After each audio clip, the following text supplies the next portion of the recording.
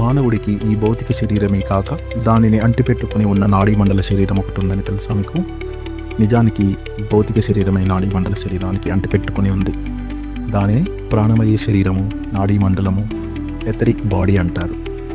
నూతనంగా ఒక కొత్త జన్మను తీసుకునే ముందర మానవుడు తన పూర్వజన్మ కర్మల ఆధారంగా తద్రూపమైన ఒక కొత్త నాడీమండల శరీరాన్ని తయారు చేసుకుంటాడు. ఈ నాడీమండల శరీరం తల్లి గర్భంలో ప్రవేశించి తన సదృశ్యంగా కొత్త భౌతిక శరీరాన్ని తయారు చేస్తుంది. ఈ నాడీమండల శరీరం అనేది కొన్ని వేల నాడులతో తయారై ఉంటుంది. దాదాపుగా 72,000 నాడీ కణాలతో తయారై ఉంటుంది.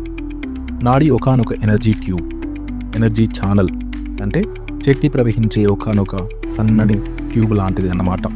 అలా శరీరంలో ఎక్కువ నాడులు కూడిన ప్రదేశాలని చక్రాలు అంటారు.